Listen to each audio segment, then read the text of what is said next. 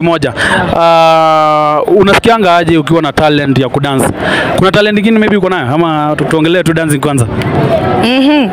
As for me naweza nikasema ni dancing but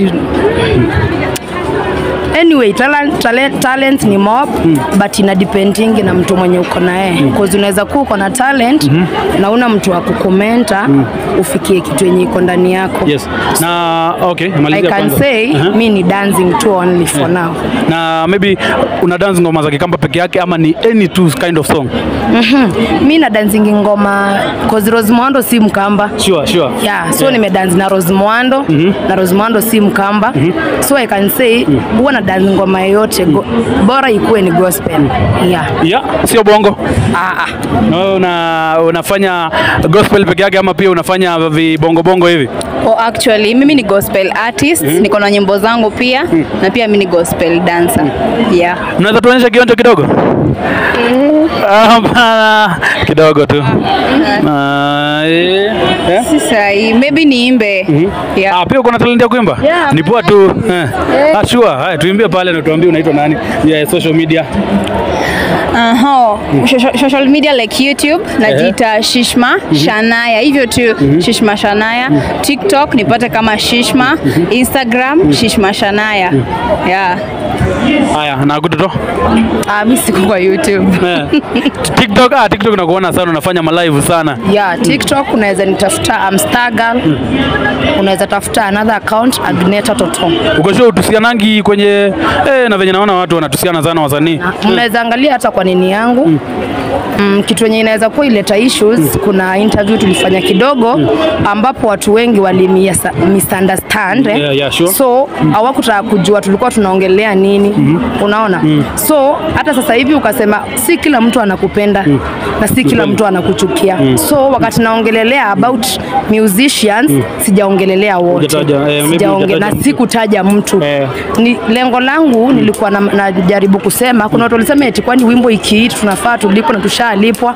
Sikuwa na maana hiyo. Nilikuwa na maana ukichukua mtoto wa mtu unaweza kuwa mtu amekwambia mnaenda crusade mahali na mmeagree akulipe example sema hiyo 500. So unapiga mkutano ukijua mkimaliza hiyo mkutano example unapata you are 2000 na at the end of the day anakosa kukupia ile 2000 na already usha dance na uwezi rudisha hiyo dance kwa mwili na umeharibu time yako sana. So tulikuwa tunaongelelea vitu kaa hizo, si mambo na kuimba. Si tukishaimba wimbo ni yako, trend ikoze ku trend, wimbo ni yako. So tuliongea hiyo kitu na watu wengi walichukulia vibaya. Tulimaanisha kuna watu ambao unaweza toka ukaenda na wao mkutano mlikuwa mmeagree 2000 labda mtu anakupea 1500 na ukiclaim hiyo 500 wanaona sisi ni wabaya. You see? So nilikuwa naongelea nikisema kama mmeagree na mtu 100 mpe 100 yake at the end of the day because hapa ni Nairobi kila kitu ni pesa. Kuna watu wengine tuna watoto tunasomesha, tuna familia zinatutegemea.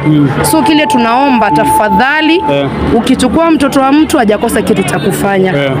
Kile mmeagree hata kama ni 50 bob mpe 50 bob yake. Na mkifanya hivyo mtasikia any complaint from dancers. Hiyo ni poa. Na maybe wewe ushaipitia kitu kama hiyo, mtu mmeagree 100 na mwisho wa siku anakupea 50 bob? Okay, tu mimi sijaipatana na mtu. Lakini umesikia hizo complaints kwa complaint au nimesikia unaita mtoto wa mtu umeagree unampatia kitu fulani ukishamfanyia nini anatoroka na kuacha. Nimepata mabeshte zangu nimepata wengi sana na hiyo complaint. Hapa ni Hometown TV na tumefurahia sana kukuwa na warembo wawili. Unavyoona ni warembo vizuri kweli. Nataka tu watuambie maybe mtu akitaka mimi ni msanii na nataka mtokee kwa ngoma yangu, nahitaji kufanya nini? Nahitaji maybe mko na managers ama pia mimi nafaa tu kuwapigia tu namba ama kuwapigia tu simu direct? Si tumejimanage, tuna manager